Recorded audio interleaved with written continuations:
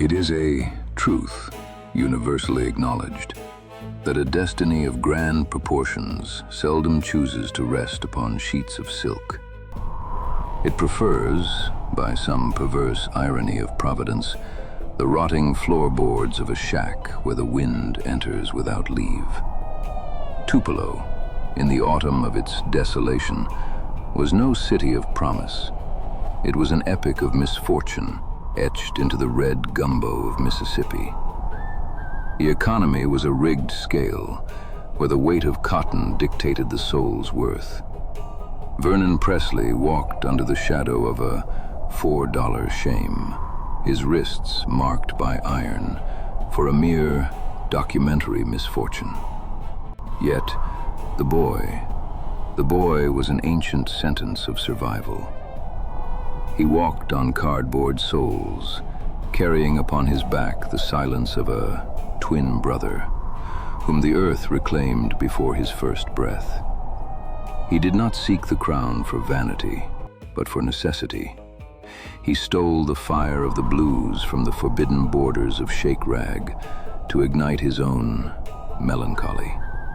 What the world would later call a king, Tupelo knew only as the survivor of a storm that never truly ended. He did not sing for the masses. He sang for the ghost that walked beside him in the immemorial dust. In the spring of '36, the sky over Mississippi signed a death warrant.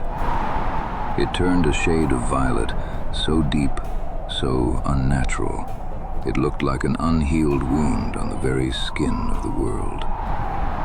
The birds had long since fled, leaving behind a silence so hollow it made the ears ache, a prelude to the unmaking. The tornado did not arrive as mere wind, it arrived as a judgment.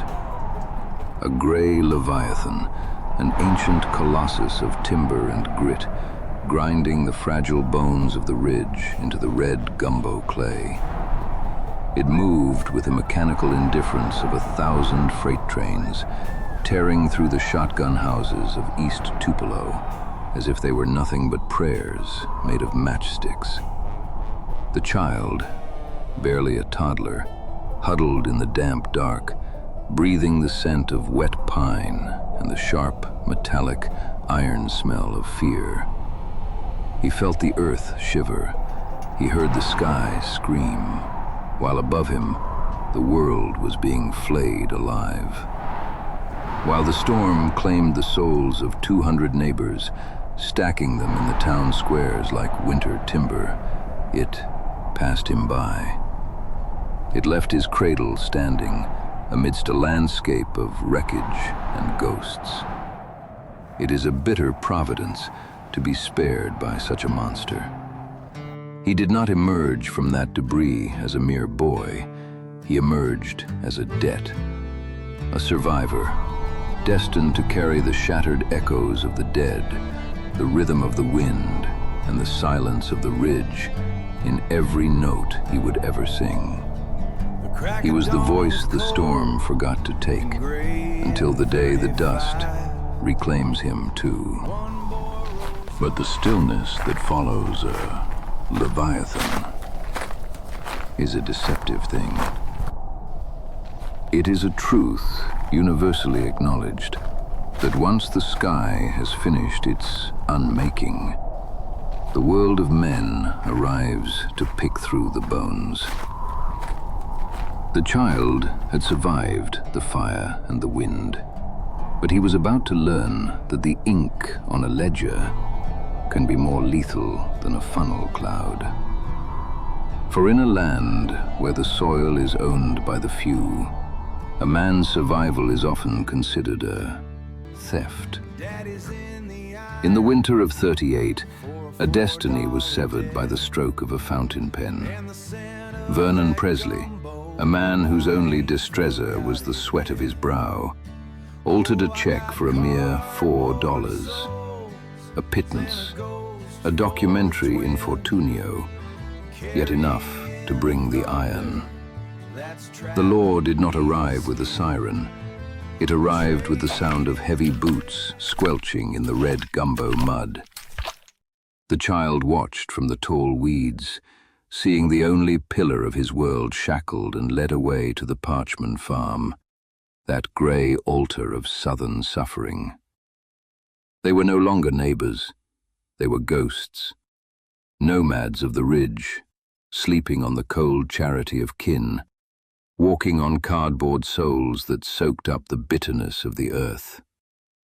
The future king was learning the ancient sentence of his people, that the world will forgive a storm for taking your house, but it will never forgive a man for trying to outrun the winter on an empty pocket.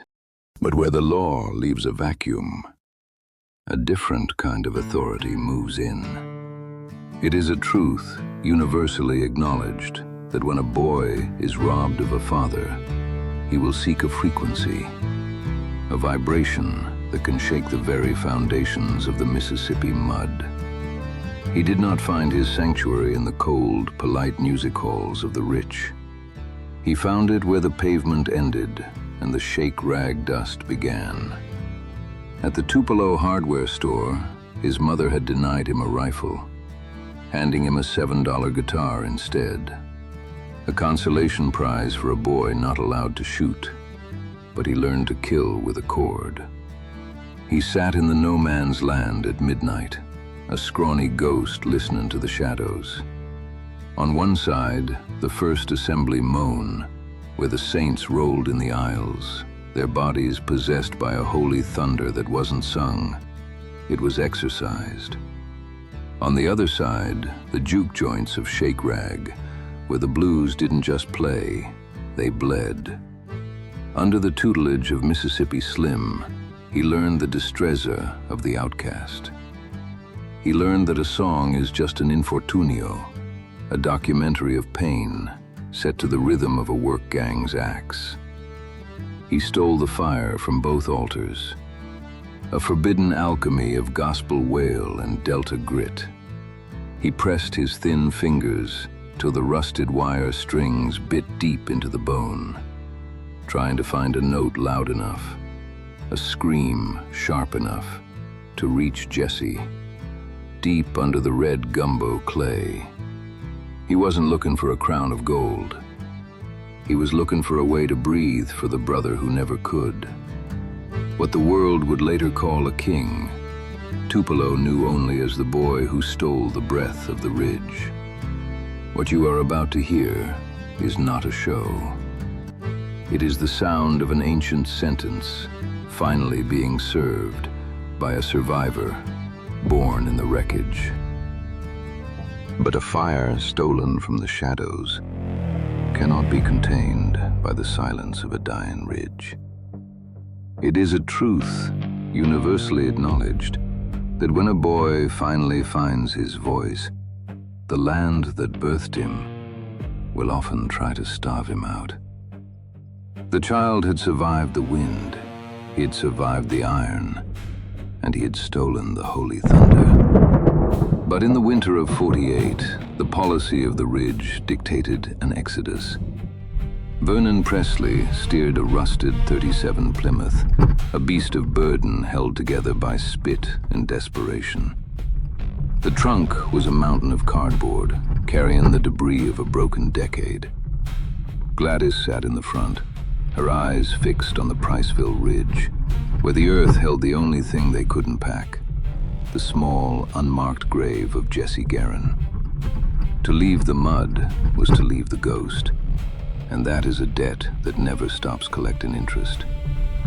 The boy sat in the back seat, his face pressed against the cold glass, watching Tupelo vanish into a cloud of blue exhaust. He wasn't just a child anymore. He was a vessel carrying the rhythm of Shake Rag and the moan of the assembly into a world of concrete. They weren't driving toward a dream. They were fleeing a sentence. Behind them lay the box of pine and the $4 shame. Ahead lay Memphis, a city of cold neon that had no room for a boy with Mississippi in his marrow. As I told you, Memphis was a judgment of iron and steam. The 39 Plymouth groaned under the weight of a family trying to disappear into the crowd, trading the visible misfortune of the mud for the gray anomie of the asphalt.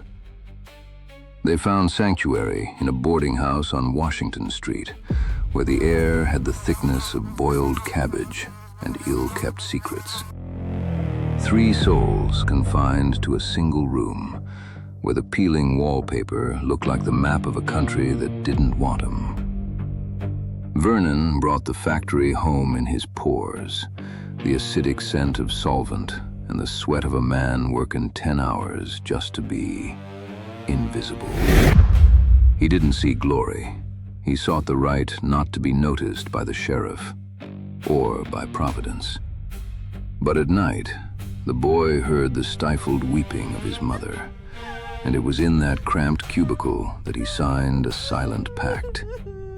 He would not just be a singer, he would be her resurrection. At L.C. Hume's High, he was a composition error. A country freak in pink silk shirts that screamed in a world of gray flannel. He wore his hair too long, a crown of oil to mask the insecurity of a boy who still felt the absence of a brother. In the music room, Miss Marmon proffered her verdict with the coldness of a notary. "You have no aptitude, Presley. Your rhythm is a confusion." A C was etched into his record, an academic slap in the face before a class that laughed at his inadequacy. But the next day, he didn't ask for permission. He walked down the corridor carrying that $7 guitar like a rifle. He sat down and played with a frenetic fury, his cardboard soles thumping the floor. He wasn't singing for the students. He was singing to survive the discard. In July of '53, the survivor's feet touched the hallowed concrete of Union Avenue. He entered the Memphis recording service with $4 in his pocket and a debt in his throat. Marion Keisker looked over the counter at this young truck driver who smelled of grease and lip pomade. "Who do you sound like?" she asked, looking for a label for her collection. The response came as a growl of independence. "I don't sound like nobody." He didn't know it, but Sam Phillips was looking for a miracle. A white man with a black soul and the pulse of thunder. The boy recorded his happiness on a cheap acetate, but what the tape captured was the sound of an ancient sentence finally being broken. But a voice that doesn't sound like nobody still needs to eat. In the early months of '54, the survivor wore a different kind of uniform. He drove a truck for Crown Electric, a beast of iron that carried the current of the city. He moved through Memphis with grease under his nails and a silent frequency in his chest, looking like a common laborer, but feeling like a vessel of lightning. He sought admission to the gospel choirs and the hillbilly bands, but the gatekeepers preferred only scorn. A local band leader told him to stick to the truck, claiming he couldn't sing a lick. It was a documentary in Fortunio, to be judged by men who could only see the grease and never the ghost. The humidity in Memphis that July night was a judgment in itself. Inside the small room at Union Avenue, the air was stagnant. Sam Phillips was looking for a spark, but the boy was giving him only ballads, songs made of silk and sorrow that didn't fit his throat. Then, during a break, the boredom became a riot. The boy began to jump, to move, to play a rhythm that had no name. He took a black blues and gave it a white fever. It was a forbidden alchemy, a collision of the first assembly moan and the shake rag grit.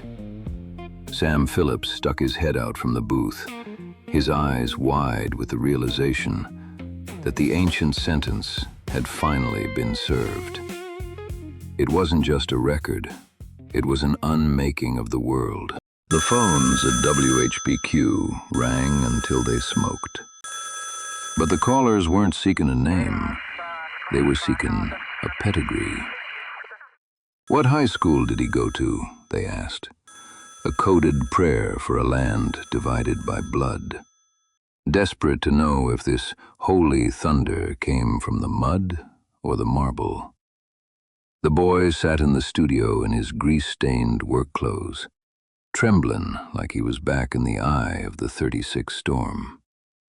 He had walked in as a driver of trucks, and he walked out as a vessel for the dead.